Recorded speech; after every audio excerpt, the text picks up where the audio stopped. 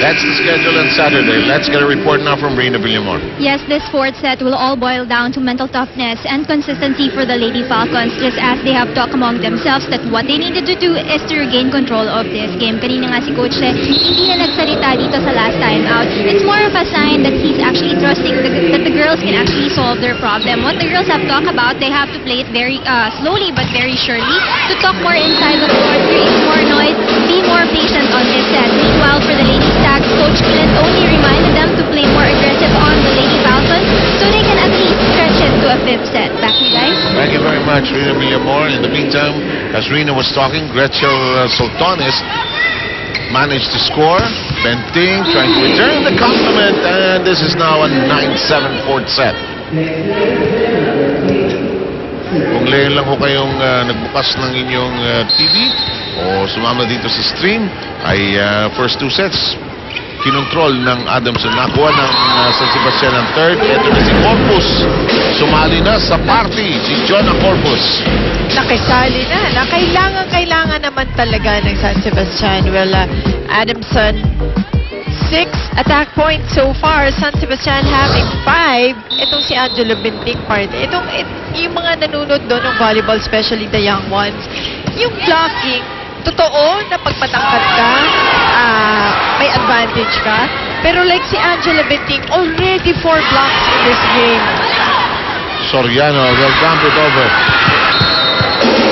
And it just tells you that you have to Timing, di ba? Timing and a well-rounded game. I was so scared as Bourbano was rushing towards us, as whether she would crash into something again. Just hurt her patella, as Rina said earlier. Cross court. Hello. Soriano found the opening. Once again, going to that corner and getting the point. You know, Benting is the main source of funds, but I like the supporting and strong role that Soriano plays. Mikasa is the official ball of the Shakey's Village. Umapang pero hindi naglanding sa malinis na spot, lumabas at ang bola ay mapupunta sa panig ng baste. Si Corpus ang magsaserve. Jonah Corpus inserted into the lineup towards the end of the third set and has been part of the rotation here in the fourth. Awkward set, horrible set to begin with. That's right, too close to the net. Pineda not able to save it. Ang hirap kasi net eh. Lalo na yung motion mo, yung tumatakbo ka. At saka yung psychological, kita mo, ang sama nito.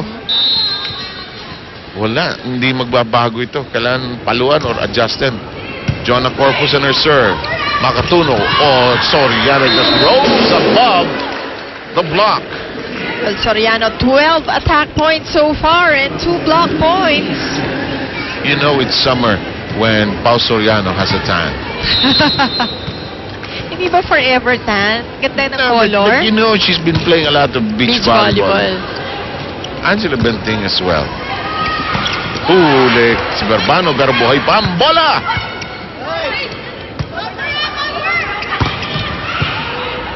Crisostomo digging it. The block is there.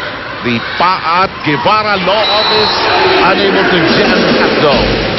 Let's look at the execution of Jeng Boli. The block shot is a cross court on the second try, going down the line and getting it.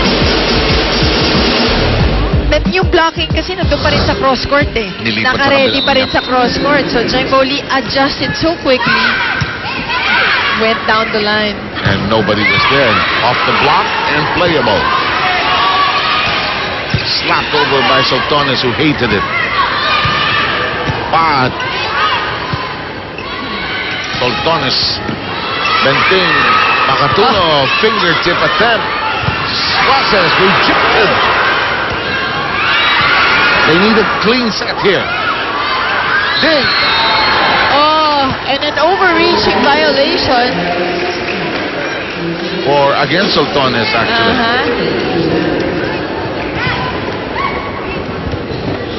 It is now 13-11.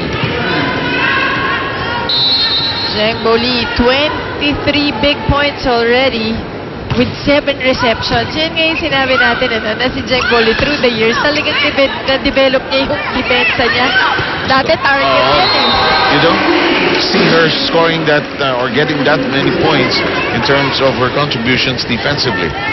14-11 is the tally here. We're going with Pineda again.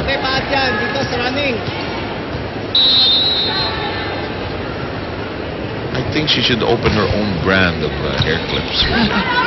I'm sure there is somewhere down the road. In the meantime, Donis gets the point, grabs it away, and they're still down nevertheless at 12-14.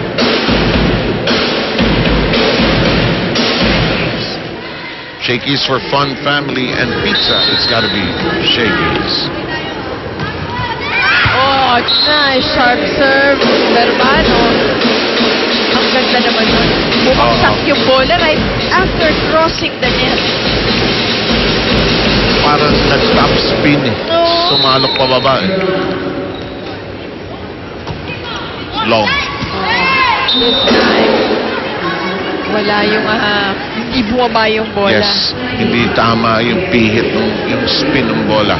15-13, Adamson is still in front. Let's go with Mylene Pad. Standing 5'9". Tenting watches them swim. And 16-13 is the count as Adamson inches forward, hits the technical timeout mark ahead of San Sebastian.